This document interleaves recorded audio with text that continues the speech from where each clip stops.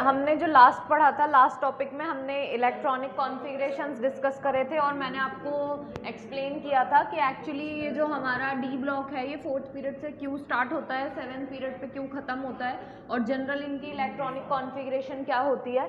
D block में जितने element आते हैं they all are transition elements और ये ट्रांजिशन एलिमेंट इसलिए होते हैं because they have partially filled d orbital. अब यहाँ पर ये जो आपकी 4th पीरियड है, 4th पीरियड में हम देख रहे हैं स्कैंडियम से जिंक तक जा रहे हैं, 5th में याइट्रियम से कैडमियम, 6th में लैंथेनम से मरकरी एंड देन एक्टीनियम से कॉपरनीसियम। यहाँ पे 6th और 7th पीरियड में यहाँ 4f की एंट्री होती है और यहाँ पर 5f की एंट्री होती है और 4f और 5f को हमने सेपरेट करके अलग से एक ब्लॉक बनाया विच इज़ f ब्लॉक, जिसके अंदर दो सीरीज आती हैं, एक लैंथेनॉइड आता है आपका और एक एक्टिनॉइड आता है। अब यहाँ पे बेसिकली आपको एक पॉइंट याद रखना है क्या कि यहाँ कौन कौन से एलिमेंट्स ऐसे हैं जिनमें एक्सेप्शन इलेक्ट्रॉनिक कॉन्फ़िगरेशन देखने को मिलता है। जैसे कि पहली वाली जो सीरीज है उसके अंदर एक्सेप्शन आपको देखने को मिलेगा क्रोमियम में एंड कॉपर, और एक्सेप्शन है आपका Ag, Au, ये आपको एक्सेप्शन मिलेगा पैलेडियम में और आपको मिलेगा मॉलिब्डेनम में। ये एक्सेप्शनल इलेक्ट्रॉनिक कॉन्फ़िगरेशन है जो ध्यान रखनी है। आपका स्कैंडियम देखिए, दिस इज 21, 22, 23 एंड 24। तो क्रोमियम 24 है तो जनरली आप क्या करने वाले हो 4s2 3d4, लेकिन यहाँ पर इसको स्टेबल बनाने के लिए बिकॉज 4s और 3d के जो ऑर्बिटल्स हैं इनमें एनर्जी डिफरेंस लो होने की वजह से इलेक्ट्रॉन जो है वो 4s से जंप करके किस में चला जाता है 3d में, टू अटेन स्टेबिलिटी ऐसा बोल सकते हैं। तो ये 4s1 हो जाएगा और ये 3d5। सेम जब आप नीचे आओगे तो ये तो 3d ट्रांजिशन सीरीज चल रही है हमारी, नीचे वाली कौन सी चलेगी 4d। तो अगर ये 4d चल रहा है तो इसके साथ कौन सा s चलेगा 5s, तो ये होगा आपका 5s1 4d5। कॉपर में जनरल जो होता है कॉपर का 29 होता है और कॉपर में हम लिखते हैं 4s2 3d9, होना तो ये चाहिए लेकिन ये भी अपने आप को स्टेबल करने के लिए 4s का एक इलेक्ट्रॉन कहाँ भेज देता है d में, तो दिस इज 4s1 3d10। अब कॉपर के नीचे Ag और ये Au, तो ये 3d ट्रांजिशन सीरीज थी तो सेम ये 5d ट्रांजिशन सीरीज है आपकी, ये 6d। 5d के साथ कौन सा s चलेगा 6s, 6d के साथ कौन सा s चलेगा 7s, तो यहाँ पर ये 6s1 होगा 5d10, this is 7s1 6d10। ये एक्सेप्शन याद रखना है। एंड पैलेडियम वाले केस में हम देखते हैं कि जो हमारा 5d है और ये 6s है, जनरली यहाँ पर 6s2 होना चाहिए और 5d 8 होना चाहिए, लेकिन एक्चुअली ऐसा नहीं होता है। यहाँ 6s के अंदर होते हैं इलेक्ट्रॉन 0 और सॉरी ये 6s नहीं, ये आपका 3d है, 3d के बाद ये हमारा चलेगा काट दे 4s1 3d10, कॉपर के नीचे Ag देन Au, तो ये 4s चल रहा है तो यहाँ कौन सा चलेगा 5s और ये कौन सा चलेगा 6s। 5s के साथ कौन सा d 4d और ये कौन सा चलेगा हमारा 5d। अब यहाँ पे हम देखेंगे कि ये 5s1 है और 4d 10, ये 6s1 है और ये हमारा 5d 10। इसी तरह जो पैलेडियम होता है, पैलेडियम के अंदर बेसिकली होना चाहिए 5s2 और 4d 8, लेकिन ये एक्चुअली होता है 5s0 और 4d हो जाता है आपका 10। तो ये आपकी एक्सेप्शनल इलेक्ट्रॉनिक कॉन्फ़िगरेशंस हैं जो आपको इसमें याद रखनी है। एक और पॉइंट आप क्या याद रखेंगे, जैसे मान लो अगर आप 4th ट्रांजिशन सीरीज में चल रहे हो, 4th ट्रांजिशन सीरीज में हम स्कैंडियम से जिंक तक चलेंगे। अब यहाँ पे इनमें से कोई भी एलिमेंट है, हर एक एलिमेंट का अपना एक पर्टिकुलर ऑक्सीडेशन स्टेट है, जिसमें कि डी ब्लॉक जो है आपका, डी ब्लॉक में तो हम देखेंगे कि एक एक एलिमेंट एक से ज़्यादा कई सारे ऑक्सीडेशन स्टेट्स दिखाता है और ये आगे हम बताएंगे आपको किस तरह के ये डिफरेंट ऑक्सीडेशन स्टेट्स क्यों शो करता है। तो यहाँ पे जैसे स्कैंडियम है, स्कैंडियम का ऑक्सीडेशन स्टेट +3 होता है, बाकी जनरली स्कैंडियम को छोड़ के बाकी सब +2 ऑक्सीडेशन स्टेट नॉर्मली दिखा सकते हैं, स्कैंडियम नहीं दिखा सकता। अब यहाँ पर सब +2 दिखा रहे हैं, +3 दिखाएंगे, 4 5 6 7 ऑक्सीडेशन स्टेट्स तक आते हैं यहाँ पे। तो ये जो सीरीज है आपकी, इसके अंदर ये जो ऑक्सीडेशन स्टेट जब आएंगे तो आप इलेक्ट्रॉन लॉस करोगे। अब जैसे कि मान लो आपको बोला गया टाइटेनियम है, अब ये टाइटेनियम को आपको Ti+2 में कन्वर्ट करना है।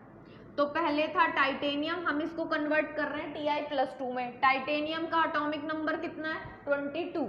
अब 22 है तो ये होगा हमारा 4s2 3d2। अब अगर मैं इस टाइटेनियम को Ti+2 में कन्वर्ट करने वाली हूँ तो मुझे यहाँ से 2 इलेक्ट्रॉन लॉस करने पड़ेंगे।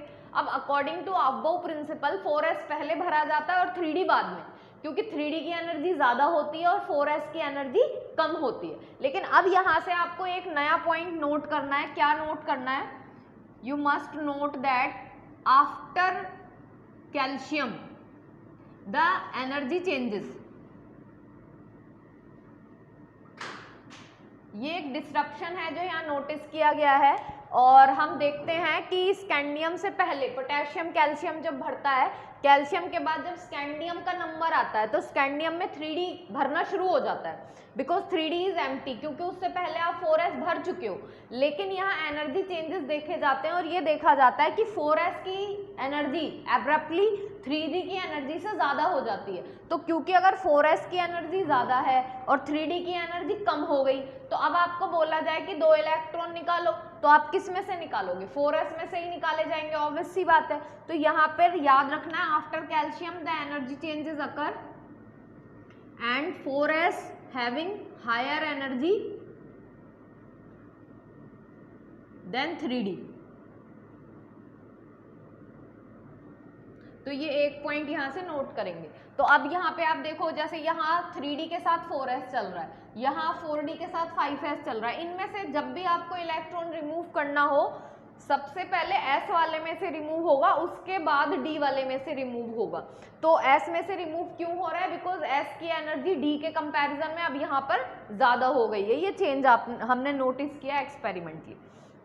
एक पॉइंट ये हो गया। इसके बाद आते हैं हम जनरल कैरेक्टरिस्टिक पे। अब जनरल कैरेक्टरिस्टिक में हम जो सबसे पहला कैरेक्टरिस्टिक पढ़ेंगे that is atomic and ionic radius.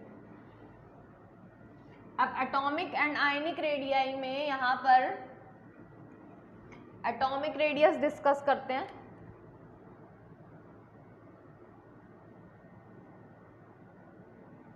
Atomic radius क्या, देखो जैसे ही आप लेफ्ट से राइट जाओगे इन द पीरियड, अब अगर आप लेफ्ट से राइट मूव कर रहे हो, स्कैंडियम से जिंक तक चले हम, अब जैसे ही हम स्कैंडियम से जिंक तक जा रहे हैं तो हम देखेंगे as we move left to right in the series, जैसे ही आप लेफ्ट से राइट की तरफ जाते हो आपका एटॉमिक नंबर बढ़ता है,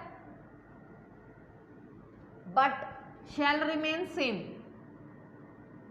बट शैल रिमेन सेम।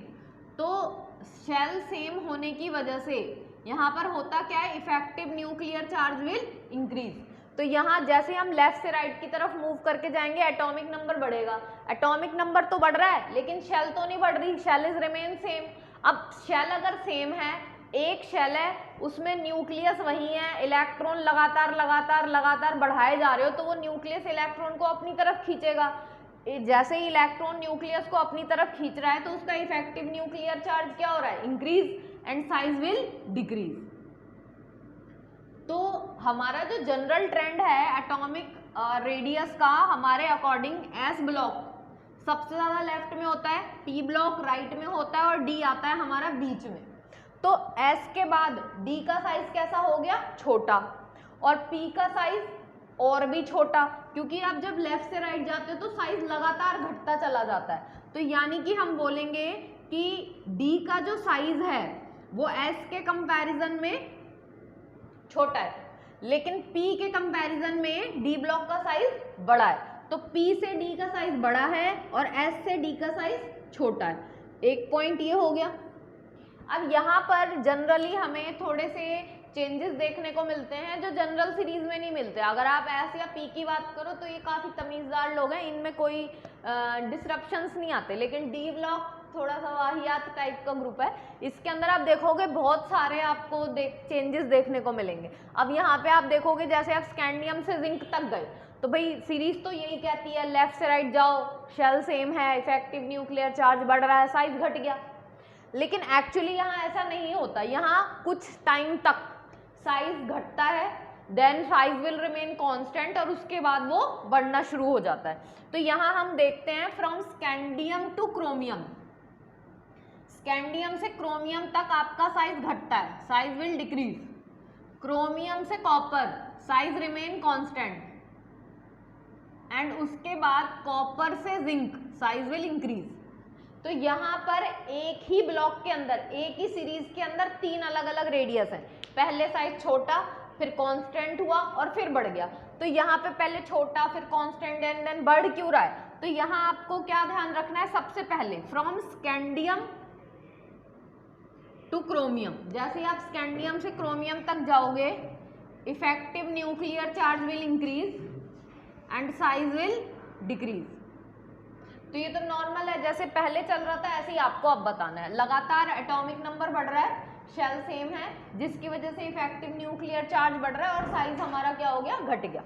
अब लेकिन जैसे ही हम क्रोमियम से कॉपर तक गए, अब क्रोमियम से कॉपर तक जाएंगे तो लगातार अब भी ऐसा ही हो रहा है, एटॉमिक नंबर तो अब भी बढ़ रहा है आपका। लेकिन प्रॉब्लम ये है कि जब आप 24 पे आए तो हम देखेंगे कि 24 में ये 3D और 4s, मैंने आपको एक्सेप्शनल इलेक्ट्रॉनिक कॉन्फ़िगरेशन बताया था और यहाँ बताया था कि 4s के अंदर 1 इलेक्ट्रॉन और 3D के अंदर कितने हो गए? 5। अब मैंगनीज में जाओगे तो मैंगनीज में होगा 4s टू 3d5। यहाँ तो 1 इलेक्ट्रॉन जंप करके चला गया है इसमें, बेसिकली ये 3d4 होता, लेकिन ये एक्सेप्शनल है और ये इसका जनरल इलेक्ट्रॉनिक कॉन्फ़िगरेशन यही है। उसके बाद आयरन और फिर कोबाल्ट, निकल, जैसे आप जाओगे 3d6, 3d7, 3d8, 3d9, ये ऐसे कंटिन्यू करेगा। तो यहाँ पर हो क्या रहा है कि डी के अंदर अब पेयरिंग स्टार्ट होने लग गई। अब आपको एक चीज ध्यान रखनी है, देखो अगर आप S block, P block, D और एफ, इन चारों को कंपेयर करो, हम देखते हैं कि एस ब्लॉक न्यूक्लियस के सबसे पास होता है, पी उससे थोड़ा दूर, डी और दूर, एफ और दूर। तो यहाँ पर हमारा ये एटम है, ये न्यूक्लियस है, ये सबसे पहले एस आया, then p, then d and then f. तो हम देखेंगे कि न्यूक्लियस के सबसे पास अगर एफ है, सॉरी एस है, तो एस का जो इफेक्टिव न्यूक्लियर चार्ज है वो बहुत ज्यादा है। सबसे ज्यादा न्यूक्लियस का जो चार्ज वर्क कर रहा है वो किस पे कर रहा है? एस के इलेक्ट्रॉन्स पे ज्यादा काम कर रहा है। अब क्योंकि एस का इफेक्टिव न्यूक्लियर चार्ज बहुत ज्यादा है, क्योंकि वो न्यूक्लियस के सबसे ज्यादा पास है, उसके इलेक्ट्रॉन्स न्यूक्लियस की तरफ सबसे ज्यादा अट्रैक्टेड है। अब एस के बाद जब आप पी पे गए तो पी थोड़ा दूर हो गया न्यूक्लियस से, अब P थोड़ा दूर हुआ और इसका इफेक्टिव न्यूक्लियर चार्ज ज्यादा है, अब ये न्यूक्लियस के सबसे ज्यादा पास है, तो ये सोचेगा कि सारा अट्रैक्शन मुझे ही मिले। भाई न्यूक्लियस तो किसी के साथ भेदभाव नहीं करना चाहता, वो सबको बराबर अट्रैक्शन देना चाहता है, लेकिन अंदर वाले जो ऑर्बिटल्स हैं वो क्या करते हैं? बाहर वाले ऑर्बिटल्स पे उतना इफेक्टिव चार्ज लगने नहीं देते, क्योंकि एस बीच में बैठा हुआ है। अब एस न्यूक्लियस इसको अट्रैक्ट करेगा, तो क्या जितनी फोर्स से वो एस को अट्रैक्ट कर रहा है, क्या वो उतनी फोर्स से पी को भी अट्रैक्ट कर सकता है? नहीं। क्यों नहीं कर सकता? क्योंकि बीच में कौन आ गया? S.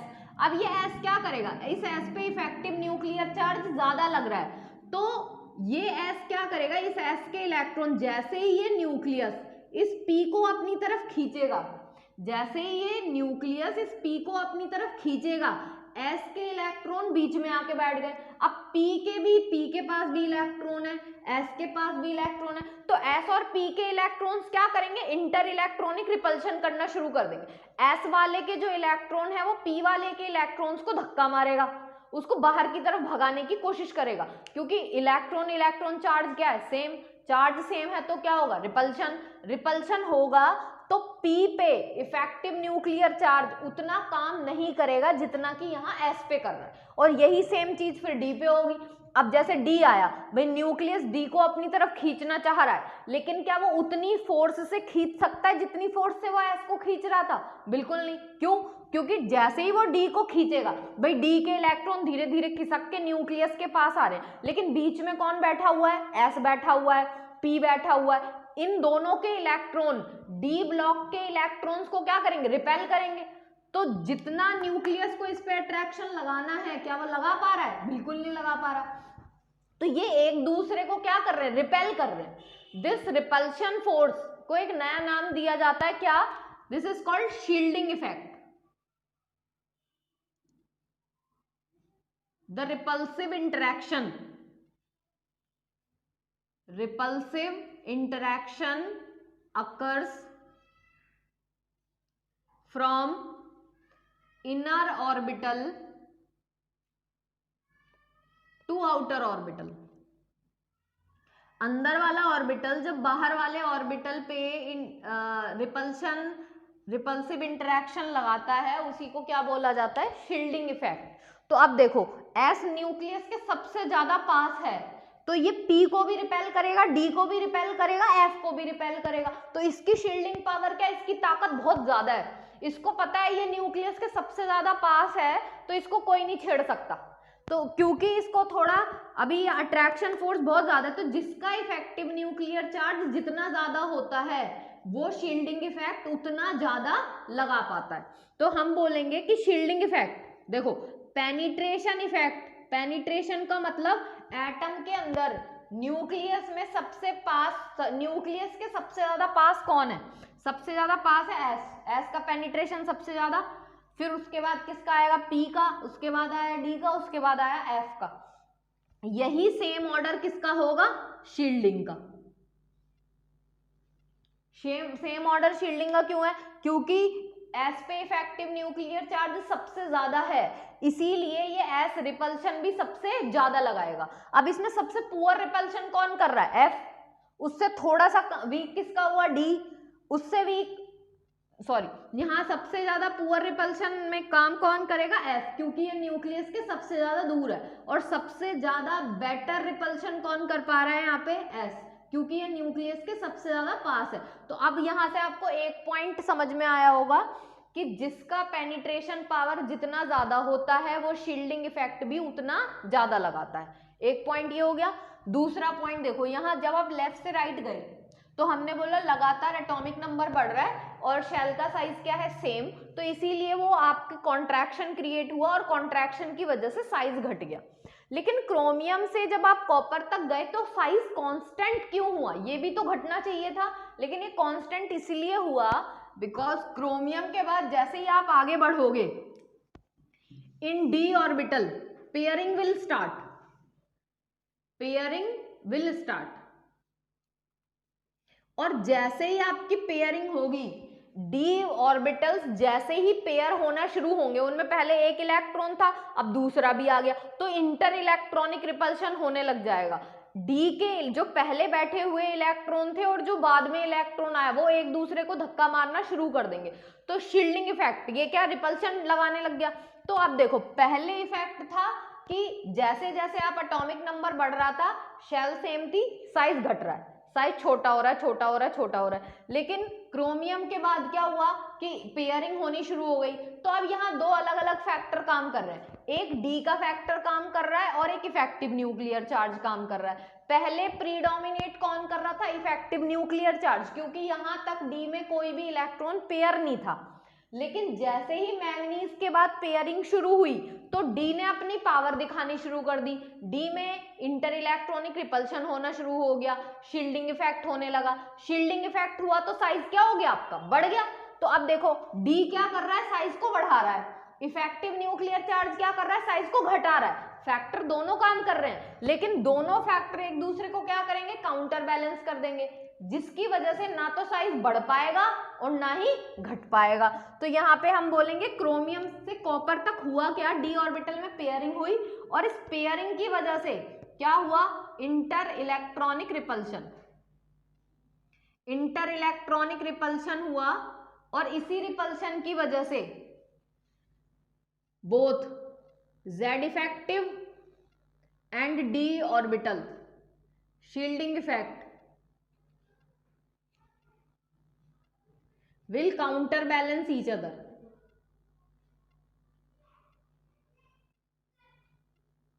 and size will remain constant। तो दूसरे पॉइंट में हुआ क्या कि दो फैक्टर काम कर रहे हैं, इफेक्टिव न्यूक्लियर चार्ज भी काम कर रहा है और डी का शील्डिंग इफेक्ट भी काम कर रहा है। दोनों एक दूसरे को काउंटर बैलेंस कर रहे हैं, जिसकी वजह से ना तो साइज बढ़ा और ना घटा। लेकिन अब अगर आप आगे चले जाओ, अब जिंक में जाओ, from copper two zinc, size क्या हो गया आपका? इंक्रीज।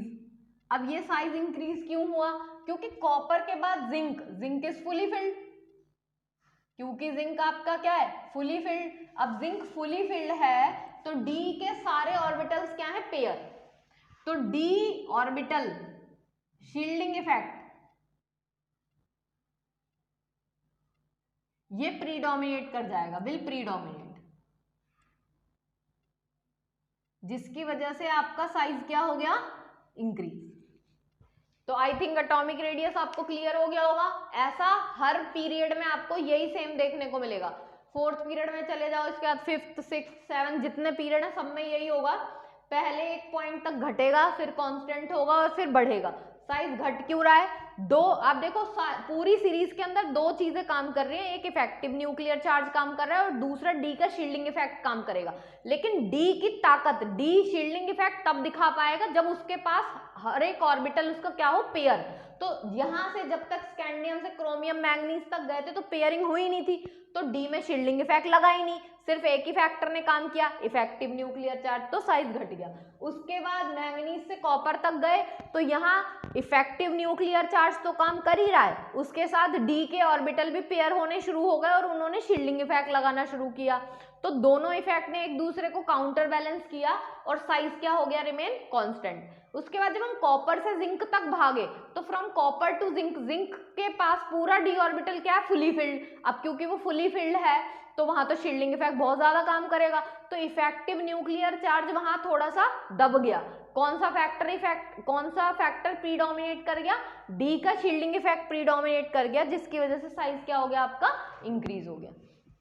तो ये फोर्थ पीरियड है। फोर्थ के बाद आप आओ फिफ्थ में, तो ये तो आपका पीरियोडिक ट्रेंड था। पीरियोडिक ट्रेंड के बाद अगर हम देखें,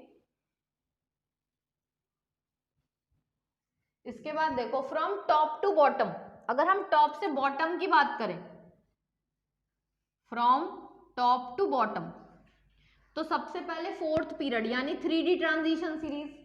3D ट्रांजिशन सीरीज के बाद कौन सी आएगी, 4D ट्रांजिशन सीरीज, और 4D ट्रांजिशन सीरीज के बाद कौन सी आएगी, 5D transition series.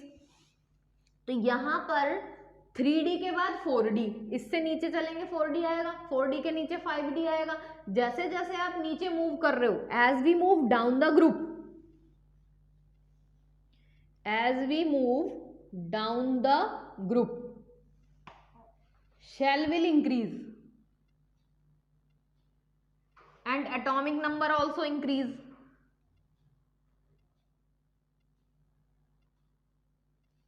So size will increase. अब यहाँ दोनों चीजें बढ़ रही हैं, शेल भी बढ़ रहा है, नंबर भी बढ़ रहा है, तो ऑब्वियसली बात है साइज तो बढ़ेगा। तो 3D से बड़ा साइज किसका, 4D का। यानी कि ये आपकी फर्स्ट ट्रांजिशन सीरीज है, ये आपकी सेकंड ट्रांजिशन सीरीज है और ये आपकी थर्ड ट्रांजिशन सीरीज है।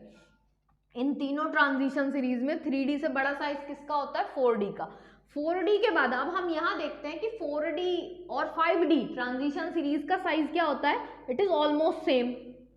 अब ये भी एक अलग सी बात आ गई, वैसे तो जब आप नीचे जाते हो साइज हमेशा बढ़ता ही है, लेकिन सेकेंड और थर्ड ट्रांजिशन सीरीज का साइज सेम क्यों है, इसका आंसर क्या है, तो ये आंसर है ड्यू टू लैंथेनॉइड कॉन्ट्रैक्शन। तो अब हम यहाँ पे लिखेंगे फ्रॉम, देखो यहां से समझते हैं, फ्रॉम 4D टू 5D,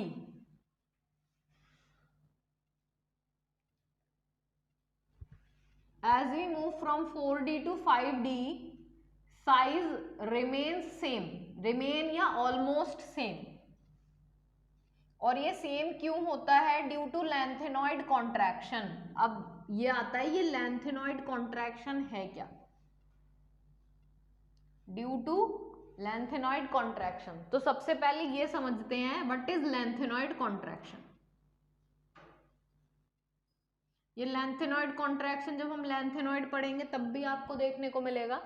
अब लैंथेनॉइड कॉन्ट्रैक्शन में बेसिकली है क्या, ये देखो 1s 2s 2p 3s 3p 4s 3d 4p 5s 4d 5p 6s 4f 5d 6p 7s। ये अफबाउ का प्रिंसिपल है। अब ये अफबाउ का जो प्रिंसिपल है इसके अंदर देखो, आप जब 5D वाली सीरीज में चल रहे हो तो 5D में आपके साथ S कौन सा चलेगा, 6S चलेगा। तो पहले आप 6S भरोगे, 6 है मतलब 6th पीरियड में जब आप चल रहे हो, आपको पता है अगर हम थर्ड ट्रांजिशन सीरीज की बात कर रहे हैं तो थर्ड ट्रांजिशन सीरीज में शेल नंबर कौन सा है, 6। तो सबसे पहले 6S भरा जाएगा। जब आप 6S भर दोगे तो 6S भरने के बाद किसकी बारी आएगी, 4F की। तो पहले हम 4F भरेंगे और 4F के भरने के बाद कौन भरा जाएगा, 5D। तो हम क्या बोलते हैं कि जिन जिन एलिमेंट्स में 4F की एंट्री हुई है उनको तो D ब्लॉक से बाहर ही निकाल दिया। इसीलिए हम बोलते हैं कि 6S 6th वाले पीरियड में सबसे पहले लैंथेनम आता है, लैंथेनम के बाद सीधा आपका आ जाता है हॉफनियम। तो अब लैंथेनम के बाद हॉफनियम, अब ये आपके जो बीच के नंबर थे वो कहाँ गए, तो उनके अंदर 4F भरा गया। फ्रॉम सीरियम टू ल्यूटिटियम ये लैंथेनॉइड के अंदर एलिमेंट्स आते हैं और उनमें 4F की एंट्री होती है। अब ये 4F की जो एंट्री हुई, हमने बोला 6S के बाद मुझे 5D भरना था, लेकिन 5D डायरेक्ट तो आया नहीं, पहले कौन आ गया, 4F। तो D ब्लॉक में जितने एलिमेंट्स भरे जाएंगे उन सबका लास्ट इलेक्ट्रॉन हम बोल रहे हैं 5D में आ रहा है, लेकिन 5D से पहले 4F भरा जा चुका है। तो यहाँ दो चीजें हैं, पहले 4F आया, 4F के बाद कौन आया, 5D आया। अभी अभी मैंने आपको बताया कि F block S P D F, इनमें से आप देखो F सबसे दूर है, न्यूक्लियस से सबसे ज्यादा दूर कौन होता है, F होता है। और F के अंदर इफेक्टिव न्यूक्लियर चार्ज सबसे कम होता है, क्योंकि F का इफेक्टिव न्यूक्लियर चार्ज कम है। तो अब ये तो न्यूक्लियस के पास है नहीं, तो क्या इसकी रिपेल करने की टेंडेंसी बहुत ज्यादा होगी, बिल्कुल नहीं। रिपल्शन टेंडेंसी उसी की ज्यादा होती है जिसकी अट्रैक्शन टेंडेंसी ज्यादा होती है। अब यहाँ देखो F, एक तो पहली बात कि F न्यूक्लियस के बहुत ज्यादा दूर है, पहला पॉइंट। दूसरा पॉइंट, F का साइज भी तो बड़ा है, देखो S P D F, जैसे जैसे आप मूव करते जाओगे वैसे वैसे आपके जो ऑर्बिटल्स हैं वो डिफ्यूज होते चले जाएंगे, साइज बढ़ता चला जाएगा। और F का साइज सबसे ज्यादा बड़ा है, तो F का साइज सबसे ज्यादा बड़ा होने की वजह से यह साइज बहुत बड़ा है। एक बहुत बड़ा कमरा है, उसके अंदर एक छोटा सा कमरा है जिसके अंदर मैंने 10 लोगों को बिठाया हुआ है, और उन्हीं सेम 10 लोगों को मैंने एक बड़े कमरे में बिठा दिया। तो आप बताओ, जो कमरा बड़ा है उसके अंदर वो लोग आराम से बैठ पाएंगे।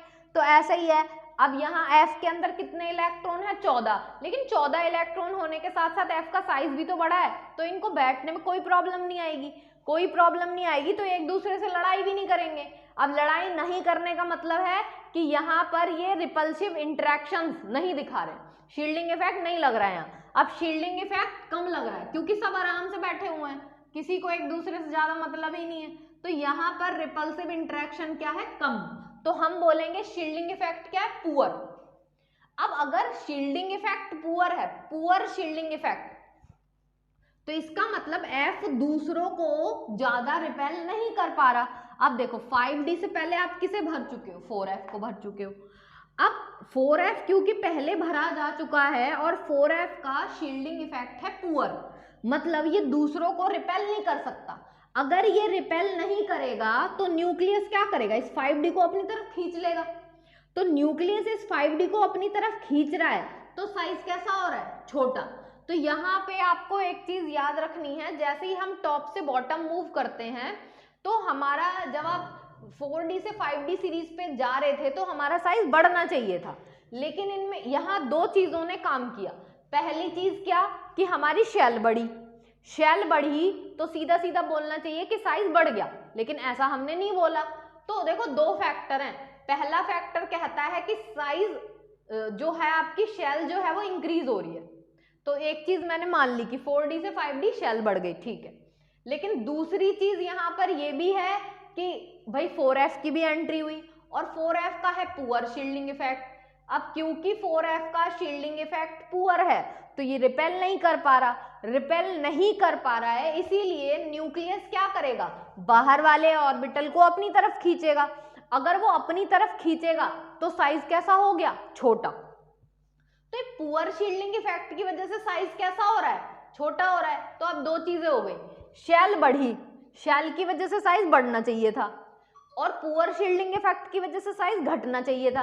तो इसी के अंदर दो दो चीजें काम कर रही है, एक फैक्टर साइज को बढ़ा रहा है, दूसरा फैक्टर साइज को घटा रहा है। तो जितना इसने बढ़ाया उतना इसने कम कर दिया, तो दोनों एक ही लेवल पे आ गए। जितना ये बढ़ा रहा है उतना ये घटा रहा है, तो दोनों एक दूसरे को काउंटर बैलेंस करेंगे, तो साइज ना तो बढ़ा ना घटा, तो size will remain same from 4D to 5D। तो अगर आपको ये आए कि 4D और 5D का साइज सेम क्यों होता है, तो इसका सीधा आंसर आपको क्या लिखना है, लेंथेनॉइड कॉन्ट्रैक्शन।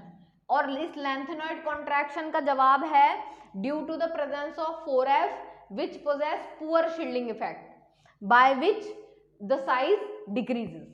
तो ये साइज को घटाता है, जिसकी वजह से 4D से 5D में हमारा साइज क्या रहता है, सेम रहता है। तो ये बात हुई हमारी एटॉमिक रेडियस की। तो आई थिंक अब आपको क्लियर हो गया होगा from left to right and from top to bottom. इसके बाद आते हैं आयनिक रेडियस पे। अब अगर हम आयनिक रेडियस की बात करते हैं तो आयनिक रेडियस में क्या होगा,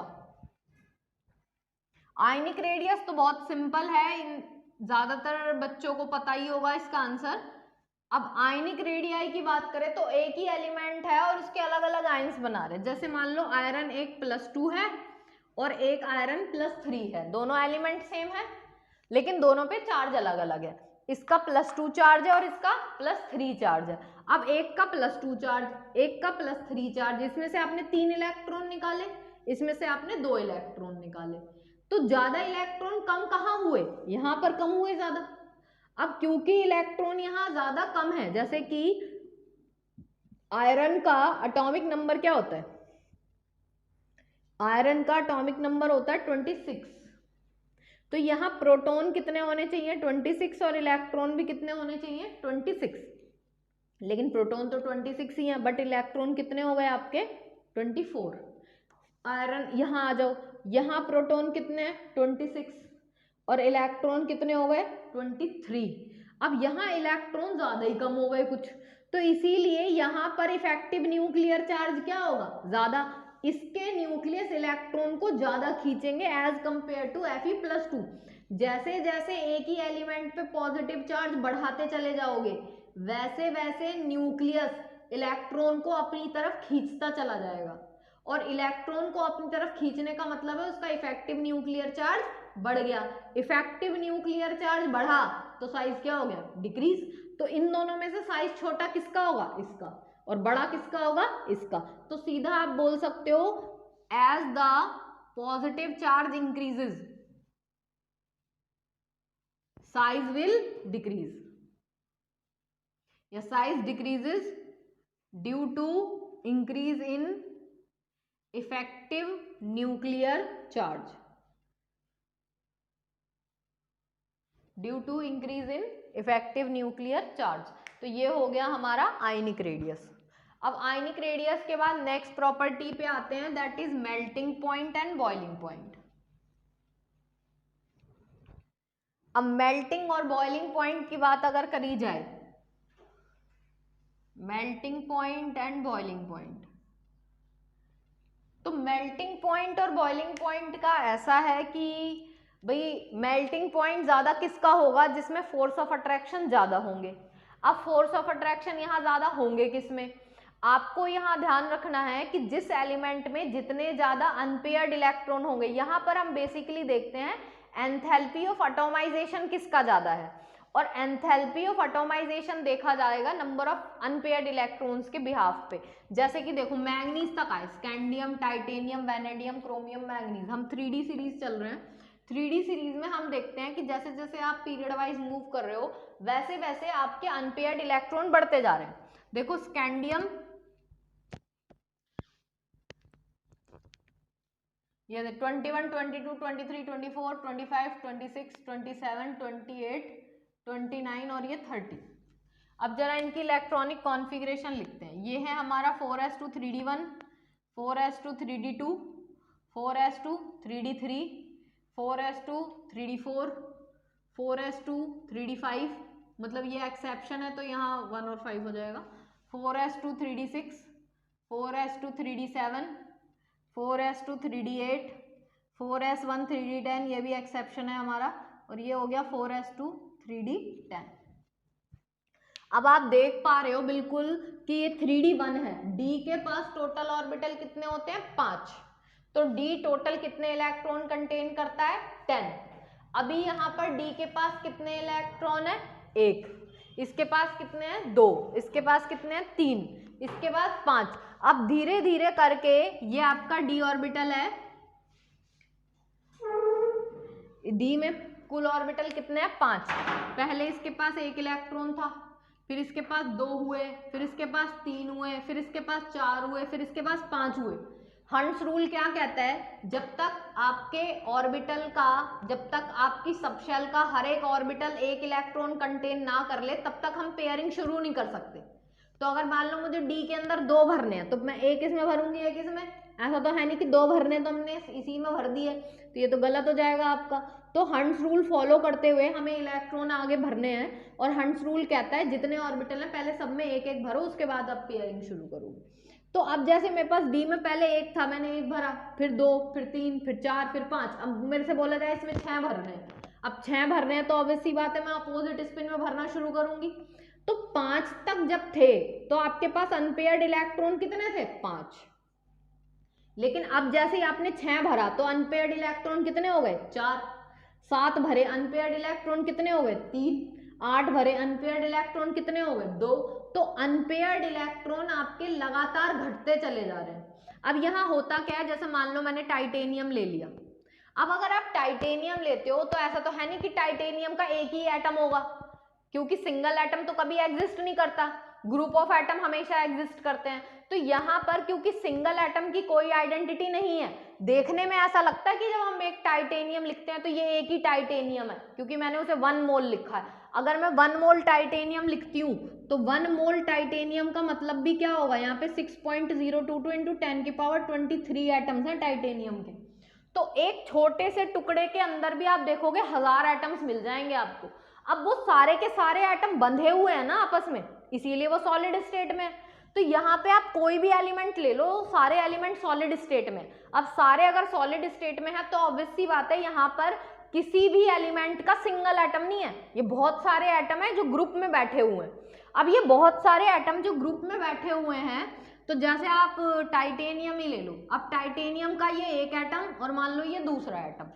टाइटेनियम के पास 3D में कितने इलेक्ट्रॉन थे 2। अब अगर टाइटेनियम में मान लो 3D में हमारे पास 2 इलेक्ट्रॉन है, ये 3D है, ये 3D है, टाइटेनियम के लिए स्टडी कर रहे हैं और टाइटेनियम का 3D बनाया मैंने, 3D के अंदर बोला जा रहा है 2 इलेक्ट्रॉन है। ऐसा ही दूसरा टाइटेनियम, अब एक टाइटेनियम का टुकड़ा लिया और उसमें टाइटेनियम है खूब सारे टाइटेनियम है, तो हम देख रहे हैं इसके पास अनपेयर्ड इलेक्ट्रॉन कितने हैं 2, इसके पास भी अनपेयर्ड इलेक्ट्रॉन कितने हैं 2। तो ये 2 अनपेयर्ड इस 2 अनपेयर्ड के साथ बॉन्ड बना लेंगे। अब ऐसे खूब सारे हैं, मान लो यहाँ 10 हैं, 1 2 3 4 5 6 7 8 9 10। तो पहले 5 ने दूसरे 5 के साथ पेयरिंग कर ली, जैसे ये 1 2 3 4 5 ये टाइटेनियम के हैं, बाकी 5 भी टाइटेनियम के हैं। इन 5 के पास भी 2 अनपेयर्ड है, इस 5 के पास भी 2 अनपेयर्ड है, तो ये आपस में पेयरिंग कर लेंगे। तो यहाँ पर क्या होता है कि हर एक एलिमेंट के अंदर जितने भी एटम्स होते हैं वो सारे एटम्स के पास जो इलेक्ट्रॉन होते हैं नहीं आपस में बॉन्ड बना लेते हैं, और ये जो बॉन्ड बनाते हैं वो डिसाइड करता है कि सॉलिड कितना स्ट्रांग होगा। तो अगर आपको बोला जाए इन सारे एलिमेंट्स में, मान लो आपको पूछा जाए इनका एंथैल्पी ऑफ एटॉमाइजेशन बताओ। अब एंथैल्पी ऑफ एटॉमाइजेशन क्या होता है, किसी भी एक एलिमेंट को उसके रेस्पेक्टिव एटम में कन्वर्ट अगर हमें करना हो, जैसे मान लो मैं आपको बोलती हूँ टाइटेनियम है, टाइटेनियम के एंथैल्पी ऑफ एटॉमाइजेशन बताओ, या टाइटेनियम को आपको और उसके रेस्पेक्टिव एटम में कन्वर्ट करना है। तो अभी फिलहाल जो हमारे पास टाइटेनियम है उसका एक एटम नहीं है, ये खूब सारे एटम है। मुझे इस टाइटेनियम सॉलिड को किस में भेजना पड़ेगा, टाइटेनियम गैस में भेजना पड़ेगा, क्योंकि गैस ही एक ऐसी स्टेट है जिसमें आपको एक सिंगल एटम मिल सकता है, बाकी किसी स्टेट में एक अकेला एटम नहीं मिलेगा। तो अगर आपको बोला जाए इनमें से किसी भी एलिमेंट का एंथैल्पी ऑफ एटॉमाइजेशन बताओ, मतलब कि अगर मैं इनमें से किसी भी एलिमेंट को उसके रेस्पेक्टिव एटम में तोड़ दूं तो वहां जितनी एनर्जी काम करेगी उसी को एंथैल्पी ऑफ एटॉमाइजेशन बोला जाता है। तो यहाँ टाइटेनियम सॉलिड से टाइटेनियम गैस में गया, जब ये गैस में जाएगा ना तब जाके कहीं ये एटॉमिक लेवल पे आया है और इस प्रोसेस जाएगा एंथैल्पी ऑफ एटॉमाइजेशन। अब एंथैल्पी ऑफ एटॉमाइजेशन यहाँ सारे एलिमेंट्स की सेम तो होगी नहीं, किसी की ज्यादा किसी की कम, तो वो डिपेंड करता है उसकी स्ट्रेंथ के ऊपर, वो कितना मजबूत कितना टाइटली बॉन्ड उसमें बना हुआ है। अब टाइट बॉन्ड बनेगा किसमें, जैसे मान लो मैं आपको बोलती हूँ एक टाइटेनियम एक मैग्नीज है, टाइटेनियम के पास डी में कितने इलेक्ट्रॉन है 2, मैग्नीज में डी के पास कितने इलेक्ट्रॉन है 5। ये ज्यादा बॉन्ड बनाएगा कि ये ज्यादा बॉन्ड बनाएगा, ऑब्वियस सी बात है, सोच के देखो, मैग्नीज के पास अनपेयर्ड इलेक्ट्रॉन कितने हैं 5, टाइटेनियम के पास अनपेयर्ड कितने हैं 2, तो ज्यादा बॉन्ड कौन बनाएगा, मैग्नीज ही बनाएगा, टाइटेनियम तो कम ही बनाएगा। अब जिसमें जितने ज्यादा अनपेयर्ड इलेक्ट्रॉन वो बॉन्ड भी उतने ज्यादा बना पा रहा है, तो जो जितने ज्यादा बॉन्ड बनाएगा उसकी मेटेलिक बॉन्डिंग उतनी स्ट्रांग होगी, और मेटेलिक बॉन्ड जितना स्ट्रांग बनेगा मेल्टिंग और बॉइलिंग पॉइंट उतना हाई हो जाएगा। तो यहाँ हम देखते हैं कि जैसे ही आप स्कैंडियम से मैंगनीज तक गए तो पहले मेल्टिंग बॉइलिंग पॉइंट बढ़ रहा था, up to the middle series में जैसे आप बीच तक जाओगे पहले मेल्टिंग और बॉइलिंग पॉइंट बढ़ेगा, बाद में वो घटना शुरू हो जाएगा। अब घट क्यों रहा है, क्योंकि भाई देखो पहले अनपेयर्ड इलेक्ट्रॉन D1 से D5 ये तो बढ़ रहे थे, लेकिन जैसे ही मैं D6 से D10 पे जाऊंगी मेरे अनपेयर्ड इलेक्ट्रॉन क्या होने लग जाएंगे, डिक्रीज होने लग जाएंगे। अब अनपेयर्ड इलेक्ट्रॉन अगर कम हो गए तो बॉन्डिंग तो कम ही होगी, और बॉन्डिंग कम हुई तो मेल्टिंग और बॉइलिंग पॉइंट क्या हो जाएगा हमारा लो। तो यहां से आपको याद क्या रखना है, up to the middle melting point and boiling point increases due to increase in number of unpaired electron, but after manganese the number of unpaired electron decreases, by which the metallic bonding decreases and melting and boiling point also decreases। तो यहाँ सीधा सीधा फंडा है, अगर आपको बोला जाए बताओ जिंक और स्कैंडियम या जिंक और मैंगनीज, चलो बताओ जिंक और मैंगनीज दोनों में से एंथैल्पी ऑफ एटॉमाइजेशन ज्यादा किसका होगा, सोच के देखो, जिंक और मैंगनीज में एंथैल्पी ऑफ एटॉमाइजेशन ज्यादा किसका होगा, ऑब्वियस सी बात है मैंगनीज का होगा, इसके पास 5 अनपेयर्ड इलेक्ट्रॉन है और जिंक तो पूरे डी में इसमें 10 ही भरे हुए हैं। अब एक जिंक का एटम और दूसरा जिंक का एटम, इन दोनों के बीच में तो बॉन्ड बन ही नहीं पाएगा, इसके भी पूरे ऑर्बिटल भरे हुए हैं इसके भी पूरे ऑर्बिटल भरे हुए हैं, तो बॉन्ड बना ही नहीं पाएंगे। तो कुछ सॉलिड्स होते हैं सॉफ्ट सॉलिड और कुछ सॉलिड होते हैं हार्ड सॉलिड, हैं तो सारे ही सॉलिड। अब यहाँ पे देखो सबका अपना मेटेलिक करेक्टर है, लेकिन हम बात कर रहे हैं मेल्टिंग और बॉइलिंग पॉइंट की, तो वहीं तक थोड़ा सीमित रहता है, नहीं तो फिर मैं आगे वाले पॉइंट पे पहुंच जाऊंगी। तो यहाँ देखो बस मेल्टिंग और बॉइलिंग पॉइंट है, तो इतना ध्यान रखना है आपने कि मेल्टिंग और बॉइलिंग पॉइंट सीधा सीधा डिपेंड करेगा स्ट्रेंथ के ऊपर, और स्ट्रेंथ किस पे डिपेंड करेगी, अनपेयर्ड इलेक्ट्रॉन के ऊपर। जिस पे जितने ज्यादा अनपेयर्ड इलेक्ट्रॉन उसका बॉन्ड उतना स्ट्रॉन्ग, और बॉन्ड जिसका जितना स्ट्रॉन्ग बनेगा उसका मेल्टिंग और बॉइलिंग पॉइंट उतना ज्यादा होगा। दूसरी बात इसी में याद रख लो कि जिसका मेल्टिंग और बॉइलिंग पॉइंट ज्यादा होता है, अगर मेल्टिंग बॉइलिंग पॉइंट हाई होगा तो वो हार्ड सॉलिड होंगे आपके, क्योंकि उसकी स्ट्रेंथ अच्छी है। लेकिन अगर मेल्टिंग और बॉइलिंग पॉइंट कम हो गया तो वो हो जाएंगे आपके सॉफ्ट सॉलिड, जैसे जिंक हो गया, कैडमियम हो गया, मरकरी हो गया, 3d10 4d10 5d10, इन सब के पास अनपेयर्ड इलेक्ट्रॉन ही नहीं है। अब अगर उनके पास अनपेयर्ड इलेक्ट्रॉन है नहीं तो पेयरिंग तो होगी नहीं, पेयरिंग है नहीं तो सॉफ्ट सॉलिड है, स्ट्रेंथ ही नहीं है उनके अंदर। इसी से आप एंथैल्पी ऑफ एटॉमाइजेशन भी एक्सप्लेन कर सकते हो। एंथैल्पी ऑफ एटॉमाइजेशन भी सीधा सीधा स्ट्रेंथ ही बताती है। अगर आपको बोला जाए बताओ जिंक और मैंगनीज में से किसका एंथैल्पी ऑफ एटॉमाइजेशन ज्यादा होगा, तो मैंगनीज का ज्यादा होगा। अगर मुझे इसको इसके रेस्पेक्टिव एटॉमिक स्टेट में भेजना है तो एनर्जी ज्यादा खर्च करनी पड़ेगी, क्योंकि यहाँ पर 5 अनपेयर्ड थे तो 5 ने 5 के साथ बॉन्ड बनाया हुआ है, लेकिन जिंक पे तो पूरे 10 हैं, तो जिंक के दूसरे एटम ने एक दूसरे के साथ कोई बॉन्डिंग नहीं करी, यहाँ जनरल वंडरवाल फोर्स काम कर रही है, तो इसीलिए इसका बॉन्ड वीक है, इसका बॉन्ड स्ट्रॉन्ग है, इसकी एंथैल्पी ऑफ एटॉमाइजेशन कम है और इसकी एंथैल्पी ऑफ एटॉमाइजेशन ज्यादा है। तो मेल्टिंग और बॉइलिंग पॉइंट में आपको जो ध्यान रखना है वो सिर्फ इतना ही ध्यान रखना है, बाकी अलग अलग एलिमेंट्स के लिए ये चेंज हो जाता है, तो वो आप सीधा एलिमेंट्स को देख के बता सकते हो। जैसे बाकी मैंने सारे पॉइंट्स आपको क्लियर कर ही दिए। Up to the middle increase होगा and then decrease. Zinc, cadmium और मरकरी के लिए आपका मेल्टिंग और बॉइलिंग पॉइंट लो होता है because they do not have unpaired electrons. तो यहाँ तक ये हमारी प्रॉपर्टी हो गई। इसके बाद जो प्रॉपर्टी है हम नेक्स्ट क्लास में डिस्कस करेंगे।